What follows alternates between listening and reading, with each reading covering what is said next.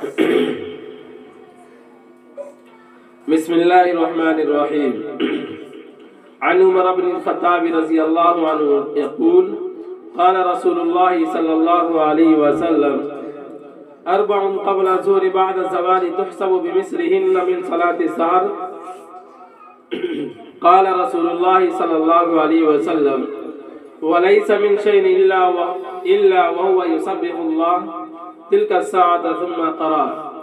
يتفيأ ظلاله عن اليمين والشمائل سجدا لله وهم داخلون۔ حضرت عمر بن خطاب رضی اللہ عنہ فرماتے ہیں کہ میں نے رسول اللہ صلی اللہ علیہ وسلم کو یہ ارشاد فرماتے ہوئے سنا، زوال کے بعد ظہر سے پہلے کی 4 رکعتیں تہجد کی 4 رکعتوں کے برابر ہیں۔ رسول اللہ صلی اللہ علیہ وسلم نے ارشاد فرمایا اس وقت ہر چیز اللہ تعالیٰ کی تسبیح کرتی ہے، پھر آیت کریمہ تلاوت فرمائی جس کا ترجمہ یہ ہے کہ سایہ دار چیزیں اور ان کے سائے یعنی زوال کے وقت کبھی ایک طرف کو اور کبھی دوسری طرف کو عاجزی کے ساتھ اللہ تعالیٰ کو سجدہ کرتے ہوئے جھکے جاتے ہیں۔ یہاں پر دیکھیے اس حدیث کے راوی حضرت عبداللہ بن خطاب، حضرت عمر بن خطاب رضی اللہ تعالیٰ عنہ اس حدیث کے صحابی رسول ہیں۔ بیان کرتے ہیں کہ میں نے رسول اللہ صلی اللہ علیہ وسلم کو ارشاد فرماتے ہوئے سنا کہ زوال کے بعد ظہر سے پہلے کے 4 رکعتیں تہجد کی 4 رکعتوں کے برابر ہیں، یعنی کہ جو آپ دیکھتے ہیں کہ 1 بجے جو اذان دی جاتی ہے تو فجر کی نماز یعنی ظہر کی فرض جو ہے اس کو پڑھنے سے پہلے 4 رکعت کی سنت پڑھی جاتی ہے، تو اس کی ان سنتوں کی فضیلت کو بیان کیا گیا کہ ظہر سے پہلے کی 4 رکعتیں تہجد کی 4 رکعتوں کے برابر ہیں، یعنی کہ جو بندہ اگر ظہر سے پہلے 4 رکعتیں پڑھتا ہے تو تہجد کے برابر اس کو پڑھنے کا ثواب دیا جائے گا۔ سمجھ رہے نا؟ اس کے بعد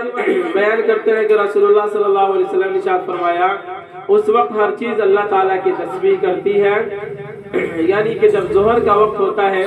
تو دنیا کی ہر چیز اللہ رب العزت کی تسبیح، اللہ رب العزت کی تعریف و توصیف بیان کرتی ہے۔ فرمایا پھر آیت کریمہ تلاوت فرمائی جس کا ترجمہ یہ ہے کہ سایہ دار چیزیں اور ان کے سائے یعنی زوال کے وقت کبھی ایک طرف کو اور کبھی دوسری طرف کو عاجزی کے ساتھ اللہ تعالیٰ کو سجدہ کرتے ہوئے جھکے جاتے ہیں۔ اگلی حدیث ہے عن ابن عمر رضی اللہ عنہما قال قال رسول اللہ صلی اللہ علیہ وسلم رحم اللہ عمرا صلی قبل عصر 4۔ حضرت عبداللہ بن عمر رضی اللہ عنہما سے روایت ہے کہ رسول اللہ صلی اللہ علیہ وسلم نے ارشاد فرمایا اللہ تعالیٰ اس شخص پر رحم فرمائے جو عصر سے پہلے 4 رکعت پڑھتا ہے، یعنی کہ یہاں پہ دیکھیے آپ کو شروع ہی میں بتا دیا گیا کہ یہ بحث جو چل رہی ہے وہ سنت و نوافل کی بات چل رہی ہے، ٹھیک ہے نا؟ یعنی سنت پڑھنے سے کیا فائدہ ہے اس کی بحث یہاں سے شروع ہوئی ہے۔ تو اس حدیث حضرت عبداللہ بن عمر رضی اللہ عنہ سے روایت ہے کہ رسول اللہ صلی اللہ علیہ وسلم نے ارشاد فرمایا اللہ تعالیٰ اس شخص پر رحم فرمائے جو عصر سے پہلے 4 رکعت پڑھتا ہے۔ تو یعنی کہ سنتوں کے بارے میں بیان کیا گیا، عصر کا جو فرض نماز جو ہوتی ہے اس سے پہلے 4 رکعت جو بندہ پڑھتا ہے سنت، تو اللہ رب العزت نبی پاک صلی اللہ علیہ وسلم نے کہا کہ اس شخص پر کیا کرے اللہ رب العزت رحم فرمائے جو عصر سے پہلے 4 رکعت کی سنت پڑھتا ہے۔ اگلی حدیث بیان کرتے ہیں عن ابی ہریرہ رضی اللہ عنہ ان رسول اللہ صلی اللہ علیہ وسلم قال من قام رمضان ایمانا واحتسابا غفر له ما تقدم من ذنبه۔ حضرت ابو ہریرہ رضی اللہ عنہ سے روایت ہے کہ رسول اللہ صلی اللہ علیہ وسلم نے ارشاد فرمایا جو شخص رمضان کی رات میں اللہ تعالیٰ کے وعدوں پر یقین کرتے ہوئے اور اس کے اجر و انعام کے شوق میں نماز پڑھتا ہے اس کے پچھلے سب گناہ معاف ہو جاتے ہیں۔ تو اس حدیث کے اندر آپ دیکھیں اس حدیث کے راوی حضرت ابو ہریرہ رضی اللہ تعالیٰ عنہ، یہ صحابی رسول بیان کرتے ہیں کہ نبی پاک صلی اللہ علیہ وسلم نے ارشاد فرمایا، جو شخص رمضان کی رات میں اللہ تعالیٰ کے وعدوں پر یقین کرتے ہوئے اور اس کے اجر و انعام کے شوق میں نماز پڑھتا ہے، یعنی رمضان کے کیا کہتے ہیں رمضان کی رات میں، تو پھر کیا ہوا، اس کے پچھلے سب گناہ معاف ہو جاتے ہیں، یعنی کہ اس نے ماقبل میں جتنی بھی گناہیں کی ہیں ساری گناہیں معاف ہو جاتی ہے۔ سمجھ رہے نا؟ اگلی حدیث بیان کرتے ہیں، عن عبد الرحمن رضی اللہ عنہ ان رسول اللہ صلی اللہ علیہ وسلم ذکر شہر رمضان فقال شهر كتب الله عليكم صياما وسننت لكم قياما فمن صامه وقامه ايمانا واحتسابا خرج من ذنوبه كيوم ولدته امه۔ حضرت عبد الرحمن رضی اللہ عنہ سے روایت ہے کہ رسول اللہ صلی اللہ علیہ وسلم نے ایک مرتبہ رمضان کے مہینے کا ذکر کرتے ہوئے ارشاد فرمایا، یہ ایسا مہینہ ہے جس کے روزوں کو اللہ تعالیٰ نے تم پر فرض کیا ہے اور میں نے تمہارے لیے اس کی تراویح کو سنت قرار دیا ہے۔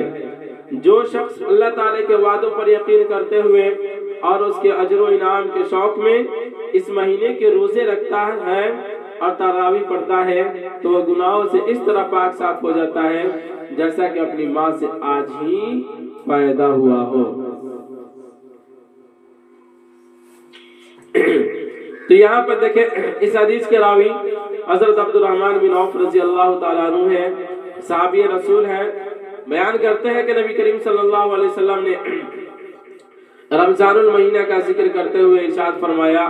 یہ ایسا مہینہ جس کے روزوں کو اللہ تعالیٰ نے تم پر فرض کیا ہے، یعنی کہ جب رمضان کا مہینہ آتا ہے تو اس رمضان کے مہینے کا جو روزہ ہوتا ہے اللہ رب العزت ایمان والوں پر فرض کیے ہیں، اور یہ ایسا مہینہ جس کے روزوں کو اللہ تعالیٰ نے تم پر فرض کیا ہے اور میں نے تمہارے لیے اس کی تراویح کو سنت قرار دیا ہے۔ یعنی کہ تراویح فرض نہیں ہے بلکہ کیا یہ سنت ہے، تو یہ آپ صلی اللہ علیہ وسلم نے بیان کیا